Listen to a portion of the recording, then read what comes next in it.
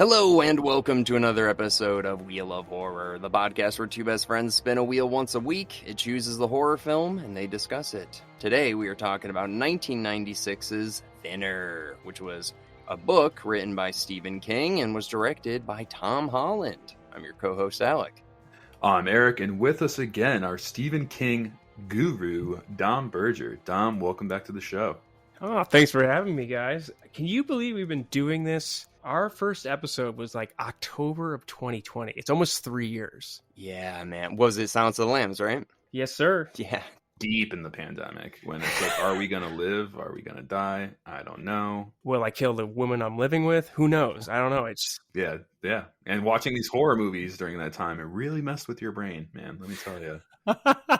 I know. It was like the whole point of it was to be like, I wonder what it would be like to watch 31 horror films in 31 days. But it's like, it's also a pandemic, so we're not in the best mental state as it was. Alec, I could never do 31 movies in 31 days ever again. Well, we don't have the time now, I mean. But back then we did, you know. Yeah. No kids, pandemic. It was just a different time. It was a different time. I'm bored. Oh, we can't go out. We can't do this. Yeah. Can't go bowling. Can't go bowling. I mean, it's kind of like a good precursor for having kids. It's like, oh man, we're tired and kind of sick all the time and you can't go anywhere and you're kind of tethered to your house. You try to get people to come visit, but only if they have, you know, I guess in the pandemic, it was like if you're COVID free, but now it's like if you have a 1-year-old, you're fucking in, dude. Yeah, it's a good transition period. Like going from the pandemic to having a baby is like, it's like, oh, I can't do anything. And it's like, oh, and now I really can't do anything. No, so you really train. It's good. It's a good training. Oh my God. Well, hopefully when I have kids, there'll be another pandemic to ease me into, I don't know, having a kid. I recommend next time a pandemic happens, you know, and probably I'm going to guess 2120 is probably the timeline. I don't know. Every 100 years, like, you know, what was it in 1920? It was bird flu or some shit. Yeah, there's swine flu, bird flu. There's going to be golden doodle flu. Yeah, that was the quarantine, and they had to stay inside too. Yeah. Every 100 years, like Haley's Comet. Kind of. Holy shit, yeah. All right, let's get into Thinner. Well, this is a funny movie, you know, because Erik, throughout the 300-something episodes we've done, you've constantly been like, Thinner, don't get me started on Thinner, dude. Here we go, Thinner. Oh, I'll talk about Thinner for the rest of my life. Like, you would always bring it up. All right, then let me start. Hear me out. Yeah. I watched it. I'm like, not as good as I remember. Not as good. And I watched it on TV, probably like Sci-Fi or some channel, and I was like, this is so cool. And I remember being a lot more freaked out. I was probably like 9 when I saw it, but the idea of like someone slowly losing weight to the point of, I don't know, like just withering away really freaked me out. Like the scene where he lifts his shirt up, like that was one scene that stuck with me as a kid. And rewatching it, I'm like, doesn't have the same effect as on a 33-year-old who's just dead inside and numb compared to like a young kid who's like, oh my God, this would be horrible if it happened to me. Yeah, dude. Well, it's so funny. So like, my wife likes to watch fucking, you know, reality television all the time, and one of the shows is always My 600-Pound Life.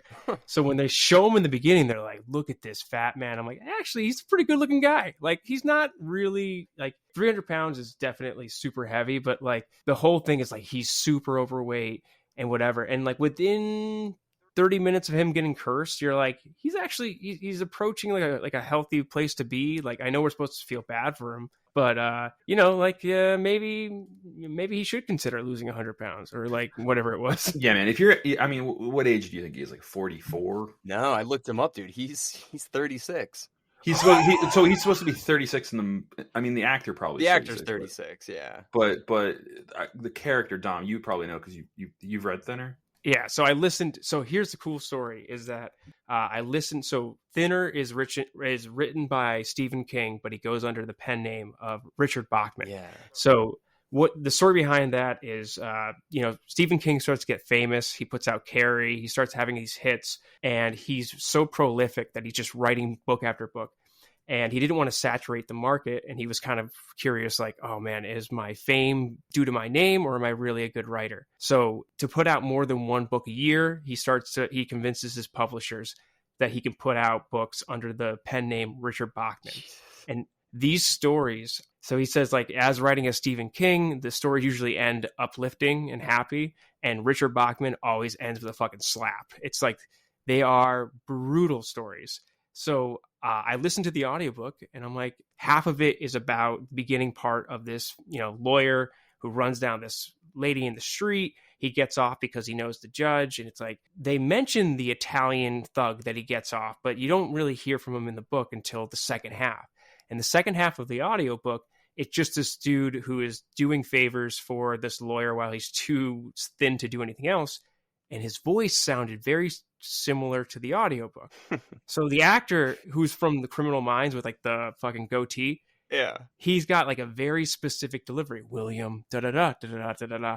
It's fucking him reading the audio. I saw that, and I had a question for you, Dom, specifically, because there's one line in the movie who's like, yeah, he might have been a mook, but he was my mook. I want to know, did he read it like that in the audiobook? Exactly like that. Every line. And you know what, dude? It's 2 hours of him literally telling, like, talking as the thug.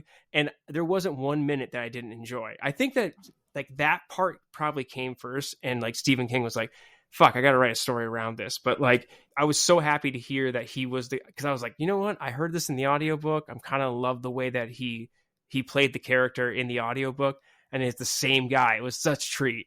Yeah, that's so funny. It's so random too. They just like had that actor do it, like not the lead or anything. Like, I want to get like the gangster guy to do it.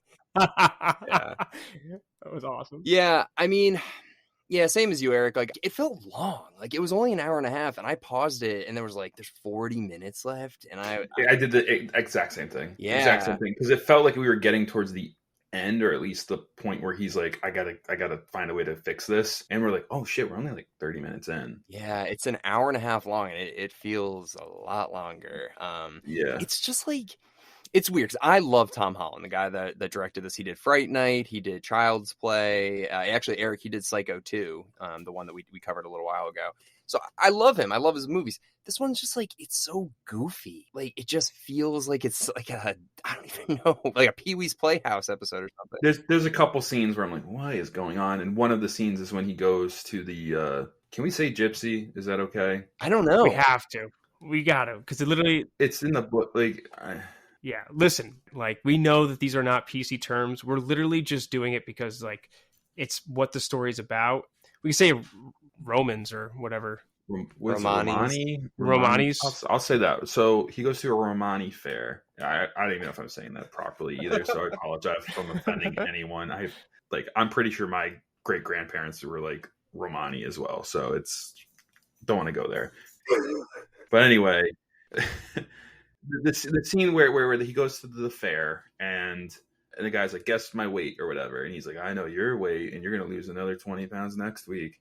And then he just all of a sudden like leaves. He gets in the car with his friend who's turning into a lizard, and then they crash into the truck, and then he just wakes up. And I'm like, okay, like it's very fever dreamish at that point. But that's when it kind of lost me. Like, all right, this movie's more disjointed than it needs to be. Me too, Eric. That's exactly when I paused it too. I was like, if this isn't a dream, I'm like done. Yeah, if that really happened, I'd be like, this is so bad.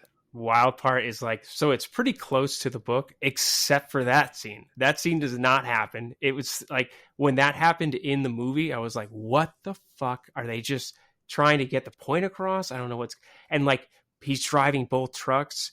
In the audiobook, it's weird because the guy, so Limka, right? The main, the main guy. Main bad guy? Main bad guy. There you go. He doesn't have a nose at all. It's just fucking all worn away. So he looks like a skeleton. He's a lot creepier. In this one, he's just like kind of a kind old man with like a fucking flare up on his nose. So like he does have a couple of lines that are a little intimidating, but for the most part, it's like, that's the big bad guy. Like, he's supposed to be 109 years old, and he looks like very well fed. He's got all of his hair. The guy speaks clearly. Like, there was really nothing that was like, this guy is older than the country. But he has that like one cancerous thing on his face. Like, that's the one thing where it's like, that's kind of showing he's like slowly dying. Also, while you were just saying that, it looks like Roma is the PC term. Okay. So let's stick with that instead of the G word, which we're not going to say anymore. Okay. We try here on the Wheel of Horror podcast to be inclusive. You're right, though, Dom. Like, he doesn't in this movie, even though that guy was like in his 80s, and that guy died like 2 years ago in real life. He was in his late 90s when he died. Woo! I know. That was a lot of makeup too, I want to say. Yeah. Obviously. He had all those dots on his face and stuff like that. And actually, if you guys have seen My Big Fat Greek Wedding, he's actually the dad in both of them. No way. That's him. Oh my God. Yeah, the Windex guy, yeah. That is insane. But anyway, so yeah, Dom, you're right, though. Like, he didn't seem as decrepit, but maybe that was kind of like the supernatural aspect of it. Like, this guy is 109 years old, and he looks so good, you know? Like, maybe that's kind of part of it. And yeah, I actually really like that twist where they're like, that's his daughter. And it was like, no way. Like, she was just as old as he was. And it was just like, he's 109. It was just like, oh. And I don't know. That made it a little more interesting to me. But actually, yeah. Dom, do you want to give like a little brief like overview of what this is for anybody that hasn't seen it? Yeah, sure. So yeah, just like a brief synopsis of, so there's this story, I kind of mentioned it before, but it says lawyer, right? And he's driving through town with his wife. She decides to get a little bit intimate with him. He distracts him, and a woman runs out into the middle of the street. He strikes this old woman. She dies, right? He's a lawyer, so he's friends with people in town. When it goes to trial, essentially they kind of like put the trial through fast because they're a friend of his, and they get him off without getting any kind of trouble. So this Roma guy comes up and he strokes this guy's face and he whispers thinner. And this heavy lawyer just starts to lose weight and he can't stop. And they put a curse on him. And the whole movie is about whether or not he's going to escape the curse or not. And I know that you guys, like, the pacing was kind of a little bit strange. That's kind of how the audiobook felt. It felt like it was one whole story, right? And he finds this group that he's been chasing. And that feels like the end of that story. And then the part where the Italian mobster joins on feels like a whole second story. And he's no longer the protagonist of that story. It's like the Italian guy is. Oh. So kind of, it feels like it switches off. It feels like the narrator like becomes very passive. What did you think of the ending?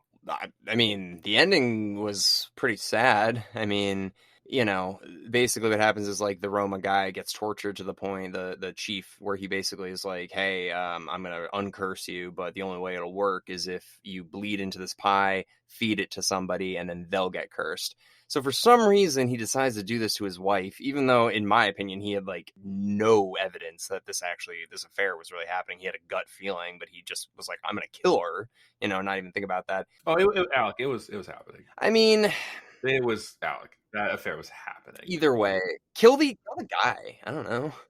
No, for sure. In the movie, they make it a lot more ambiguous on whether or not it was like actually happening. Yeah. In the book, it was not happening. Like, wow, not happening. And this dude, like, as he gets thinner, he starts to lose his like his grasp on what's fair and what's not fair. Mm-hmm. So like, it's eating away at his weight, but it's also eating away at who he is.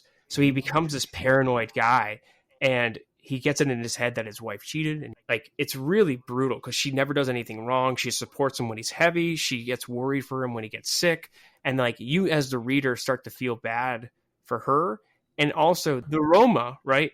They are, by the end of the book, they're just trying to get away from him. Yeah. Like, they're not these like mustache twirling villains. He struck and killed one of their, you know, their mother, essentially. And he is guilty. It was distracted driving. Distracted driving. It was his fault, right? And he also lied. Was he drinking? I mean... Yeah, he had come from dinner. Yeah, it sounds like he was a little intoxicated too. So, and he never admits that to the head of the Roma group. Right. He should if he told him like, this is what happened, I'm sorry. I think maybe that would have helped him with his curse. He never does that, at least in the movie. And they added an extra, so like the end of the movie, you know, it's like a morality tale where the main bad guy gives him this pie and is like, hey, you're going to stop losing weight, and whoever eats this pie will die, you know, but if you don't feed it to somebody, you're going to start getting thin again, right? And he's like, if you were a real man, you know, and this is genuine. He's like, if you're a real guy, you would eat this pie yourself. He's like, die clean. It's like pretty much, I'm giving you the easy way out, but I'm giving you this morale choice to make. Dude, yeah. And so in the book, it's like very similar to the movie where like the wife, sorry, spoiler alert, don't listen to this part because it's a big twist. But his wife, you know, and him, he gets home, he's really nice to her. He tells her to eat some pie. And then, you know, he goes to bed, and when he wakes up in the morning, he goes downstairs. He sees that there was 2 plates, and his daughter had come home, and they had already eaten a quarter of the pie. and he just sits down and he finishes the pie. And in the movie, they go that way. You think he's going to do just that. And then all of a sudden they throw in the doctor, who in the book is like this wild guy who does cocaine. Like everyone's character flaws are huge in the book. Like the judge like squeezes other women's, like other people's wives' asses. Like there's a lot of, reasons that they get their comeuppance. And in the book, he just like he eats the pie himself because he knows they're all going to die together. But in the movie where that like doctor shows up, I was like, damn, they're just like, this is a very goofy way to end this movie. Yeah. I want to know though, Eric, Yeah. I feel like he was condoling her because her husband was going crazy, because when she was giving him the blowjob, she's like, I want you to lose the weight because I want you to be here for a while. And it's like, and I wouldn't say that if I didn't really love you. So like, I didn't think she was cheating on him. I think it was like, there were moments that could have appeared that way for sure, but there was no definitive evidence that he should have killed her. I think the ending is the only real evidence is when he shows up and he doesn't have a reason for why he's there. That is weird. I think that's super weird. But dude, Alec, in the book, like he's losing this weight. He will not stay at the Mayo Clinic, right? Or at this glass clinic. Yeah. And she's like, you're going to die. Like these doctors say you have to stay here. And he leaves to go find the group. And that's when she puts out that thing where like, if they find him, they're going to bring him in involuntarily. Mm-hmm. And the whole time, like, it's very clear the wife is just really concerned for him. And he has this seething resentment. And what Stephen King said was, I went to the doctor one time after I stopped smoking, I think, and he started to gain weight. And when they took his weight at the doctor's office, he got the idea for this book because he was so pissed that he was overweight. And he was like, I wanted to blame everybody else for that. There is a scene where he's literally, I forgot the wife's name, Diane. What was it? Yeah, no, it's Heidi. Heidi. I was close with Diane. Heidi. And he's driving home and he's like, this is all your fault. You should have never did that to me on the car. And it's like, dude, come on. Like, it's not her fault that you're cursed. But I was going to say, yeah, I do think there was an affair going on in the movie, because they make it clear, like, he's leaving the house at a certain time. He's showing up at the door, and he's like, I'm just here to, like, talk to her. I think that blah, blah, blah. Also, I want to say about the ending real quick. Here's what I think is a better ending than what they did. I think he should have left his wife downstairs with the pie. He's like, why don't you eat some pie? And then he goes to bed and then hopes that she comes up to bed. And there's that scene where he, like, wakes up in the morning with her, and imagine she was still alive. And then he goes downstairs and he sees that his daughter ate the pie, and then the wife's freaking out, and he just shovels pie in his face. Yeah, dude. I think that'd be better if like the wife still lived and he thought he had her, but accidentally killed his daughter. Yeah, I agree. What about when he kisses his wife's like deformed face? Oh, yeah. I was like, they doubled down. They made him like seem like he's actually crazy. He is. He was nuts. His whole character goes from like fucking Tim Allen in the Santa Claus to like actual murderer. Like he's a goofy guy. He's good at his job. He's got a wife that's he's batting above his average. From Connecticut. I was waiting, Eric. Hey, yeah. Remember, they mentioned Milford and New Haven. I forgot what other they said, like a Greenwich, but it was like more like a Greentown or something. I forgot what they said. Yeah, I feel like it takes place in like near like Norwich. New Haven. Well, the case was in New Haven. Yeah, there was like a Darien, I think, was one of the towns. I heard Darien too, and I'm like, oh wow! And I heard Milford get dropped. It's so weird. They filmed it all in Maine, though. It's like the one movie that Stephen King writes that doesn't take place in Maine. They're like, we're still going to film it in Maine, though. It's like, all right. All those fat fucks in Connecticut. Yeah, you had to do that. No, I'm kidding. God. Stephen King is the perfect cameo in any of his movies. That's why they filmed it in Maine. Like, it's like, hey, we want Stephen King in here. Like, we got to go to Maine. We can't just film it. I won't leave. It's like, can you just drive like 3.5 hours to Connecticut? Yeah. We'll shoot it in Maine, man. And it's like, listen, we need you to just be a really creepy, what was he, fucking pharmacist? He's like a racist pharmacist. And he's like, well, what's my motivation? He's like, you know what, Steve? Just fucking stand there. Just stand there. Perfect. That's just doing all the work, man. It's like, hey, Steve, like, you keep improvising that they're stealing things. Like, they're not stealing things. Like, they look like they would. It's like, Steven, that's not in you wrote this. It's not in the script. Stop accusing them of stealing things. Like, imagine that, like, that one day of shooting with the pharmacy scene. like Stephen King being the hardest actor to work with ever. No, I can see him just being just chill as hell. Oh yeah, like especially big fan of him. at this point. Like, he's already completely. He's sober. Well, he's cemented his career. I mean, like, everybody knows his name. Really quick, I just want to say this one funny thing. This is so random that this happened, but last night I was watching Family Guy as I was falling asleep, and there's this one joke, and it just happened to be in the episode I was watching last night, where it's like, oh, this is as bad as that time that Roma person cursed Britney Spears, and you just see this guy, and he goes over to Britney Spears, and he just goes, thicker, and rubs it. And I was like, oh, like, that is such a weird coincidence, right? That's insane. Yeah, that's an insane. Wow. Because there's like 300 seasons of Family Guy too. I know. So. And I just put on a random episode. I'm like, I don't know. There's so many cutaway jokes in Family Guy. It's like you can't remember which episodes has which jokes, basically. And that just happened to be on that episode. I couldn't believe it. 100%. A sequel idea, real quick.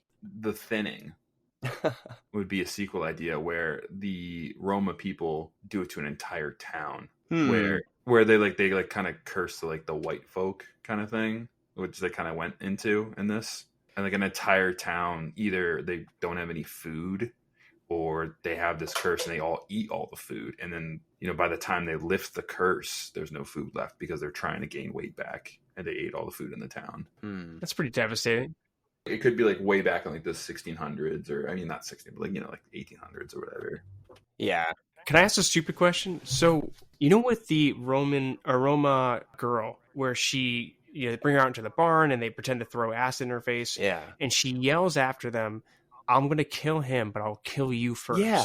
Did that ever get resolved? No. That was, Dom, I heard that line too. And yeah, exactly. It was just like, well, they kind of resolved it. It's like, is she going to just come out of nowhere and kill him still? And I was just like, oh, all right, I guess she just got over it. He survived, right? Yeah. Dude, in the book, so, I mean, that would be a good sequel. That's why I asked. But, like, in the book, so Billy goes to talk with the main bad guy while the Italian mobster stays back. And when Billy comes back to the car, the only thing that's there is a severed hand, like the Italian guy's hand, and it's filled with silver ball bearings from the girl.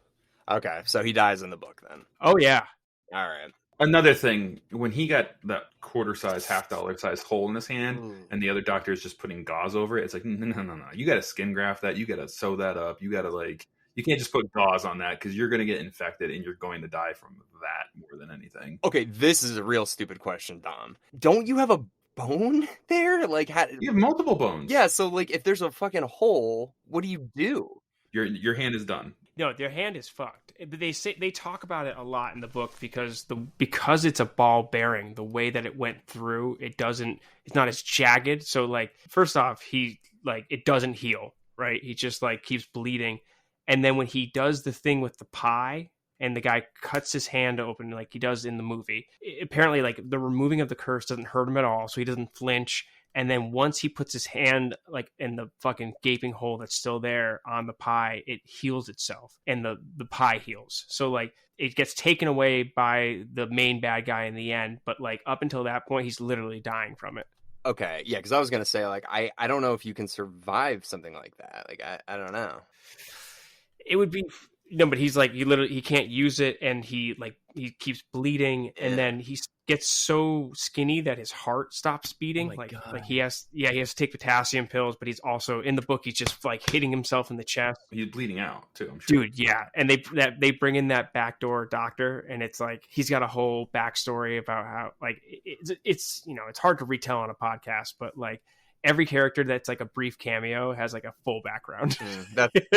Two other thoughts real quick. I really honestly love the fact of a mob, mafia guy fighting these Roma people, and just that idea of conflict where it's you got some sick acid throwing stuff and you have a group that does curses and slingshots and stuff. That to me is a cool concept. Eric, it's the coolest part of the book. It's such a different story, and all the things that he does to them, they don't do them all obviously in the movie, but he fucking point by point methodically takes them out, and the whole book is just him telling the story back to Billy, and it's brutal what he does, but it's also It's an action movie. It's so dope. He calls them like Luca Brasi from The Godfather, and they kind of bring. Yeah.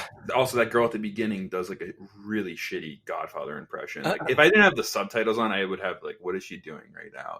Because it says in the subtitles, like doing a Godfather impression. I'm like, I would have never guessed she was doing It upset that. me so much. I was like, so bad. No offense. Can I just ask Dom really quick? Sorry to Eric to interrupt you, but Dom, can you just answer, why did the Italian like mafia leader go? Why didn't he send like his crew to go do this? Why did he go do it all by himself?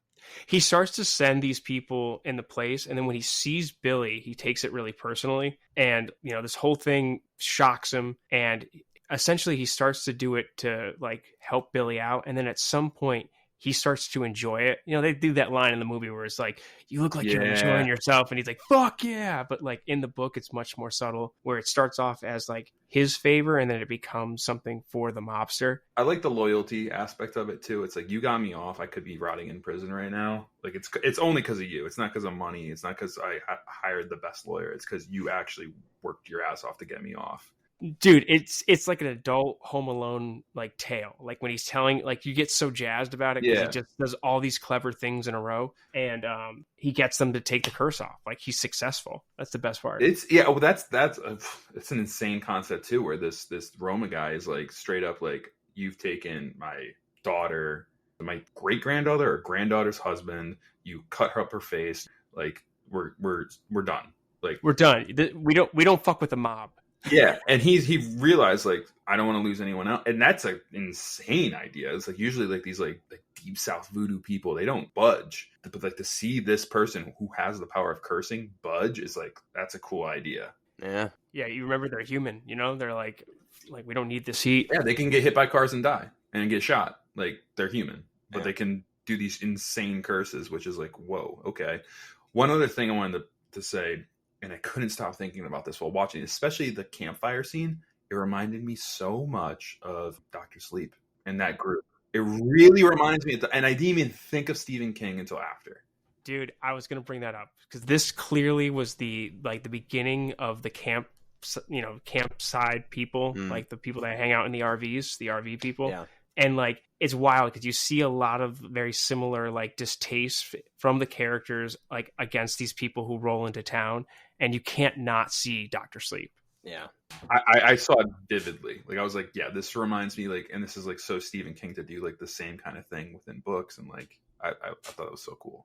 Yeah, and they were interesting. I mean, they did travel around and they did like carnival stuff and everything like that. But Eric, one thing that you mentioned in the beginning from that later carnival scene is the scene where he pulls up a shirt and he's really skinny and it scared you. Okay, so the thing is, I was paying attention a lot to this movie, and they're talking about how much he weighs and everything like that. And it's like, how much you weigh right now? He's like 159. I'm like, I weigh 159. That is not 159. Like, Alec, you are very tall. You're the tallest. You're also a vegetarian, and you are the tallest 159 person I know at this age. He started the movie out at 300. But he looks like a guy that like got his soul sucked out in like a mummy movie, dude, at that point. Like that's not 159. That's like 110, dude. So when he lifted this shirt up, he was 159? Yeah, because they said that. He's just like, I don't need to guess your weight. I know how much you weigh. 159. Next week, 142. The week after that, you don't want to talk about that. I think the only like way around that is like, well, he had no muscle, and it's literally all fat coming off of him. I don't know. I just thought when I saw that scene, I was like, that guy's dead. Like that's not 159. But anyways, Alec, you're not too far off from that guy lifting his shirt. I'm not that skinny. I'm 204 right now as of yesterday. I hit like 230 around 2019. Nice, man. So I've lost weight, but when he got on the scale and he was still like super fat at like 240, I was like, oh, did I look like fucking that? No, it's a fat suit. He's a fat suit. Yeah, no. But I was like, I wasn't that heavy when he's, No. 300 pounds is a whole different arena, and not to say that it's a bad thing. It's just the 230 is that was the heaviest I ever been. I'm never gonna hit that weight again. My goal is to get under 200 and just like stay there for the rest of my life if I can. Yeah, I think we're all trying to just. It's portion control, water, and don't eat late junk food. Like Gremlins, like don't eat after midnight. Yeah, and water and like Don't get wet. I know if I gave up drinking, I'd lose like another 10 pounds in like 2 weeks. I will say, because kind of crazy. I lost 40 pounds in a month when I quit drinking, and Holy shit! yeah. But it's crazy because in this movie, they're like counting calories. Like, you lost 10 pounds this week. And I was like, this guy quit drinking. He'd lose it. Like, well, if he was a heavy drinker, I don't know if he is in this movie. See, he didn't seem like he was. It seemed like he was all about. First of all, their house is stacked with like chips and crap and everything like that. Doritos. It's like, imagine being Doritos. Like, oh, come on, dude. Like, don't make us look bad. But like when she's like, hey, you're supposed to be losing weight. It's like, how can this guy lose weight? Look at this house. Like, this is all garbage food. Dude, I feel so bad for that actor who had food for like 80% of the shoot, just be like chomping on something. Like, it's bad when one scene you have to be eating and it's like continuity over and over again. But like, goddamn, man, that dude is literally every time the camera's on him, he's got like a handful of something. So in this actor, he's like generally like a skinny guy, and they fat suited him at the beginning, and they kind of like nutty professored him. Yeah. Well, Eric, you might find this interesting. Do you know who did the makeup work for this guy? Another movie he did a couple years before this that you love? Pumpkinhead? I don't know what movie. Miss Doubtfire. I mean, yeah, I could see the look of the two, like the skin type and stuff. Yeah, I think it looks way better in Miss Doubtfire. But he also did The Mask too. He did Jim Carrey's The Mask. Yeah, that's a tough outfit to wear too. Yeah. When I was younger, The Mask was literally like the only thing I watched on repeat. Cameron Diaz. Cameron Diaz, 1994. Don't. When she sings that song, dude, and she like points at the camera. Oh, no, nothing. When she walks in the opening scene with the red dress and the water and like, oh god, from the rain. Oh, yeah. Goodness gracious. Yeah. Oh Lord. No, I was four. No, but I think the prosthetic work looked good, but I will say that one scene where he's like naked and he's like taking a shower or whatever, and he's just like sudsing his like fake boobs. I was like, it looked a little funny. Yeah. Oh, this is the thing I was gonna say. You ever see John Travolta did Hairspray? Oh yeah. Yep. And he wore a fat suit for that. If you ever want to watch something funny, is like watch like John Travolta meltdown on YouTube about like the fat suit. It's just him like, can we start fucking filming? It's like when we did that thing where I had that like pillow on my head or pillowcase on my head, and like the heat of summer, I had like a jacket on. I'm getting bit by mosquitoes at Dom. Remember we did that? What was that?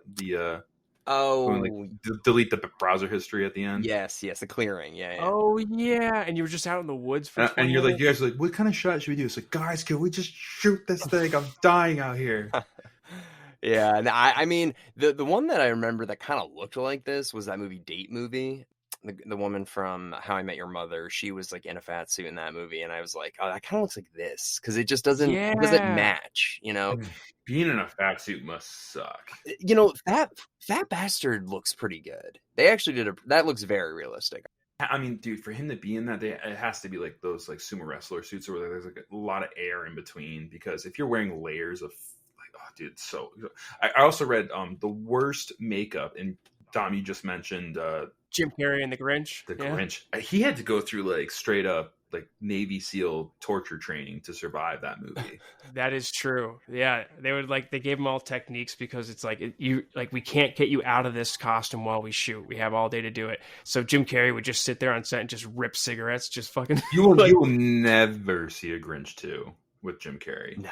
Ever after his makeup experience. He's done. He's done acting. Yeah, he's done. He's just doing penguin CGI shit. He's done. No, he's actually done. After Sonic 2, he retired. You really think he's done? Well, I'm sure he'll come out in like 20 years, but whatever. If the script is right and if it's Christopher Nolan, I'm sure he'd be there. Yeah. But yeah, overall, definitely not one of my favorite Stephen Kings. It's an interesting concept, but I don't know. I just don't think this movie... They just didn't nail it. It's kind of not all over the place. I think it's all over the place tonally. Like, I could keep up with what was going on, but I just didn't believe that the wife, she's watching her husband eat, and she's just like, what's going on? Like, this is weird. But she didn't seem like she really was that, like, she didn't seem like she believed him at all. Yeah, and it was like, I think the movie wanted to take a harder stance on, like, because in the book, you can tell, like, he's blaming everybody but himself. right? He like, his weight got out of control because he was overeating. He hit that woman. He does all these things and he doesn't take accountability because he doesn't, he's a piece of shit. And in the movie, it's a little bit more like sympathetic. You see him going through this. He's kind of charming. And then all of a sudden it's like, well, we need to make him have motivation to hate his wife or else it just won't make sense in an hour, 30-minute movie that's half mobster hit. Yeah, I think that's really, it was just, the motivation of certain characters didn't really add up in the way they were behaving, but, it was a blowjob, a drunk driving accident gone wrong, Mm-hmm. Tales all the time, Mm-hmm.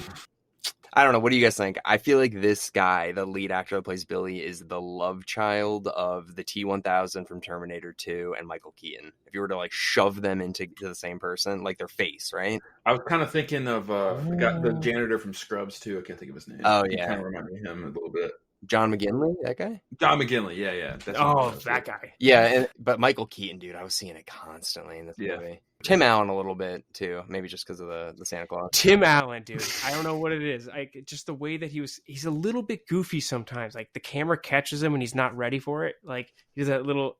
Maybe it's because of the fat suit. You just can't quite like plant yourself. But there was a few times where like it'd zoom in on him and he just kind of looked very derpy. Yeah, it was weird, man. I don't know. Dom, I mean, I'm assuming the book's much better, right?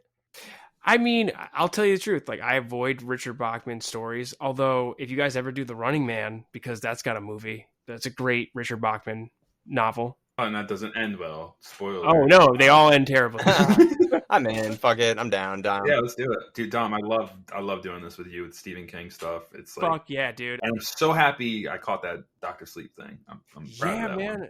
Yeah, and then if you guys have me back, I think we'll be close to we're at 17. We got to get to 20. But Nah, I think you're done. I think we're not. I think it's over. Cut him off.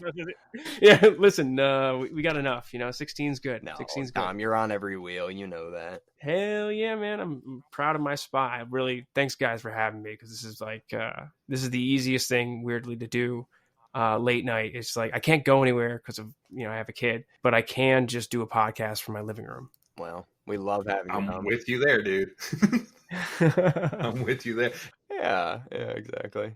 But Dom, yeah, seriously, man, thanks again. Obviously, we'll get you on in the near future. But Erik, yeah, it's about that time. Spin the old wheelsies.